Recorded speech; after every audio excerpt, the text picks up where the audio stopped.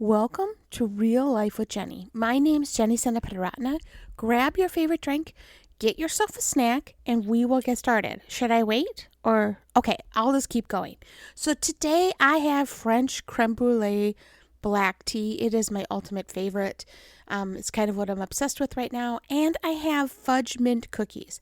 So they are a great dupe for Girl Scout cookies, and they're like a quarter of the price. So let's get real. I am going to continue to talk about Spain more because I learned so much about myself on this trip that it is just too much to not share. So, sorry if you're tired with Spain, but here we go. Here's another story. So, now we are traveling from Madrid to Sevilla. So, I am actually super excited about this. Sevilla is a place that I was really pumped to go see. I was like, this is it. We actually were going to stay there 2 nights, go to Morocco, come back, then head to Cordoba. So I knew we were going to spend a little bit of time there. It was going to be great. Could not wait for this to happen. Now, we get up in the morning. My husband is not doing well this morning. Like, he is really struggling. He had preached the day before, and his body is in full revolt. So, we know we need to go find a pharmacy to get him some more ibuprofen. Now, we're not very far into the trip at this point, so that he's already out of ibuprofen is a little nerve-wracking because he never takes medication. But there we go. We get up, we just take our time, we pack up all our luggage, make sure everything's out of the hotel room, and we walk to the pharmacy. Now, on the way there, I know that we're going to be on the train for about 2.5, 3 hours. So I know we're going to be there over lunch, and I want some snacks. So now at this point, I know McDonald's has apples and pineapples and cherry tomatoes, and I'm like, we're stopping at McDonald's. It is 11 o'clock. I don't plan on getting anything else. But guess what? They are still serving breakfast. And I am a huge fan of sausage McMuffin with eggs. They are my ultimate favorite breakfast. If I have to choose a breakfast, that is it, 100%. And it was so much better in Spain. I cannot even tell you. I was like, how can you improve on what I have here in Minnesota? You can. It is really good in Spain. So we got that. I got my cherry tomatoes. I got 2 bags of apples. We're ready. We go to the pharmacy. We get him some ibuprofen. We go to the plaza. We eat our sandwiches. And now it's like 11:30. Our train doesn't actually take off till around 3, I believe. And so we've got lots of time, which means we head to the train station. That's just who we are. If you're going to be early, go with the Senaparatnas. That is just the truth of the matter. If you want to get lost, if you want to be early, either one of those things, you come with us. So we head to the train. We take our little suitcases through the metro and we ride underneath the ground and we get to the train station. And we get there, and there's this beautiful cafe on the outside of security. And we're like, should we eat lunch? Well, we just got done eating, so we're not super hungry. So we'll eat on the other side. We'll go through security. We'll kind of check out the lay of the land, and we'll eat on the other side. So, yeah, that sounds like a great plan. So you're already like, what is happening with these two? Why do we let them out of the country? And that is honestly the question I've asked myself about 100 times. Why do we do this? We do this for Jesus. We do this for Jesus. Anyway, so we get up to security. The little lady, the lady scans my little ticket on my phone, and she was like, no. And I'm like, okay, I didn't know you could say no, but okay. And she was like, your train is canceled. And I'm like, no, it's not canceled. It's on my app. It hasn't said it's canceled on the app.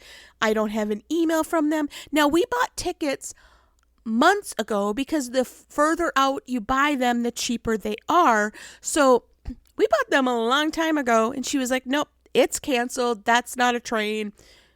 Good luck.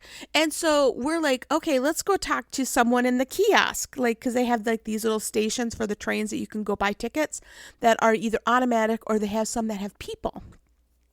So there are 3 trains that run in Spain, 3 different train companies. And what I found out is 2 of them have people and have like little storefronts. One of them is only online. And yes, you guessed it, we bought the one that is only online. So at this point, we're super confused because I am looking through my app. My app does not say that it's been canceled. I have no communication from them that this has been canceled. I don't know where to go. So I'm online trying to figure things out. Kevin runs upstairs. He sees a little ticker. You know how they have like the leaving at this time, leaving at that time kind of tickers. And so he comes down. He's like, yeah, it's been canceled. And I'm like, well, that's not good because according to my app, the next train takes off at 9 p.m. Now it's noon. That is a 9-hour situation that then we get in at like midnight and you got to get a taxi at that point because I'm not walking through town at midnight.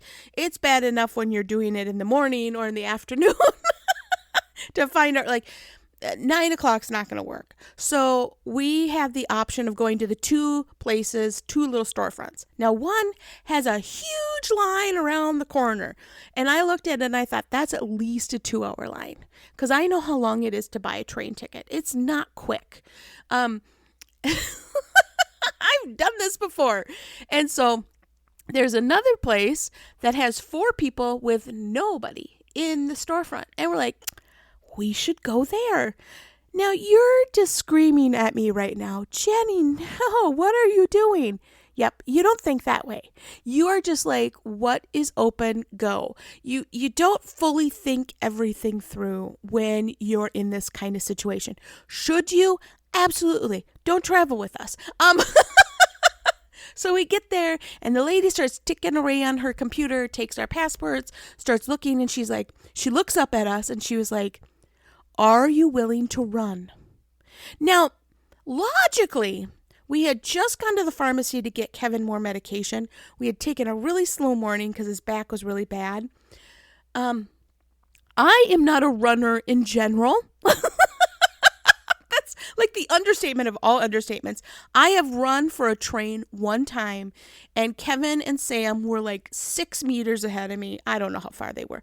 And I was in the back, like feeling like I was going to die.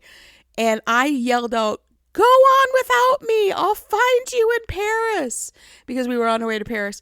And they got on the train, and the train was moving when I got to it. Like that, I don't ever want to do that again.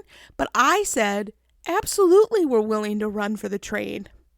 Jenny, like, come on. You're not thinking logically.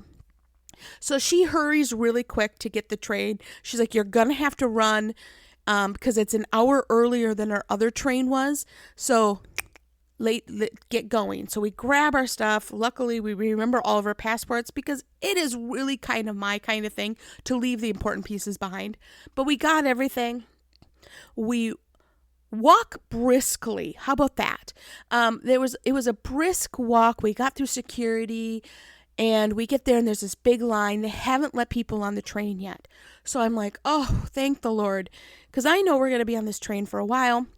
So I run to the little convenience place that we were going to grab a little lunch. And I grab a bag of chips and a Fanta because what I haven't mentioned yet is I get really motion sick. Now, I have a little patch behind my ear with motion sickness, but I can sit on a swing or a rocker and get really motion sick. So I always have carbonated beverages with me whenever I'm on a train. So we get on this train and we're walking and we're walking and we're walking and we're in the very last car. Like it is like car number 76. I don't know what it was. Like it was so far. Maybe it was like 8. Who knows? We get there and our seats are up a flight of stairs. Now, okay, at this point we are exhausted. Adrenaline has been pumping. And now we're carrying all of our luggage up the stairs.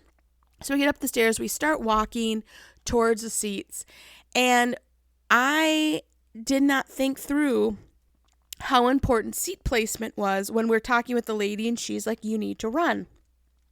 We get to our seats, and I realize that I am facing backwards. So the train is going to go one direction and I'm facing the opposite direction, which means that the lady sitting across from us may see my breakfast. Like, it is not going to be a good situation. And so I put my hands over my face and I start weeping. Like, not pleasantly, like I start weeping because I am overwhelmed at this point. We have run to the train. We have had something canceled. It has been a morning that we weren't sure if we should go, but where else were we going to go? That was the only hotel we had. Like, what do you do there? All these pieces. And I just start weeping. And the lady across from me handed me a tissue and I said, no, thank you. I don't think she knew that what I said because she didn't speak English, but I said, no, thank you. And I wept. And the guy came through and scanned our little tickets, and the train takes off and we're going backwards. And maybe about 5-10 minutes, we're going backwards and I'm like, I am not feeling great. Like, this is not a good situation, right? And I look up and I see the lady across from us, and she is now weeping. She has tears streaming down her face. She is crying in her hands and has completely lost it too. Like, we are both now Kevin is like, get me out of here, right? Bunch of crying women all around. Well, actually, he wasn't able to sit very well because his back hurt when he sat. So he got up and started walking the train. He comes back and she's crying. I'm still pulling myself together. I'm not weeping anymore. I'm still tearing up, but I'm, trying to keep myself together because I just don't want to get sick. And he's like, hey, I saw a bunch of really empty seats. So why don't you move? I'll stay here with the luggage. You go and face the right way so then you don't get car sick or motion sick. And so I get up and I leave and I go and I sit. And I feel 100% better because I'm facing the right direction. I now know I'm not going to get sick. So now I start beating myself up because here I am, a woman who believes in prayer, believes in people to pray for people immediately, believes in compassion.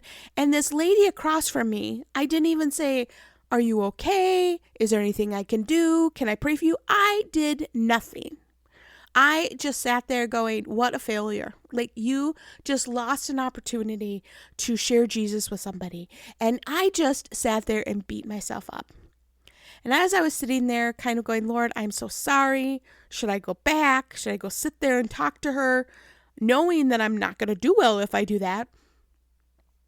God just spoke to me in such a quiet, soft voice that I knew it was him. And he said, no, you gave her permission to cry. And it just changed my thought process in my entire life. And I realize it seems really stupid, but so often we pretend to be okay. And we put on these masks, especially as Christians when we go to church and we're like, everything's fine. Like, our finances are great. We're totally tithing. We can give extra. Of course, we've got the money. And we do not allow people to see the tears in our lives. And I have found in my own life that when I cry first, I give them permission to cry. I give people permission to be authentic and real with me because I'm authentic and real with them. And I encourage you to be the first one to cry, to be the first one to step out and be like, whoa. And if you're not willing to do that with people, and I would be very careful who you do it with because people can be really mean.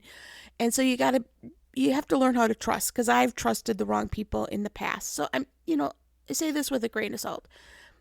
But you can definitely do it with God. You don't have to have all your stuff together. You don't have to know where you're going. You don't have to know what's happening. You can bring it to the Lord and say, Lord, I don't know what's going on, but I need you. And it is amazing when you say words of what's happening in your life, the freedom that comes.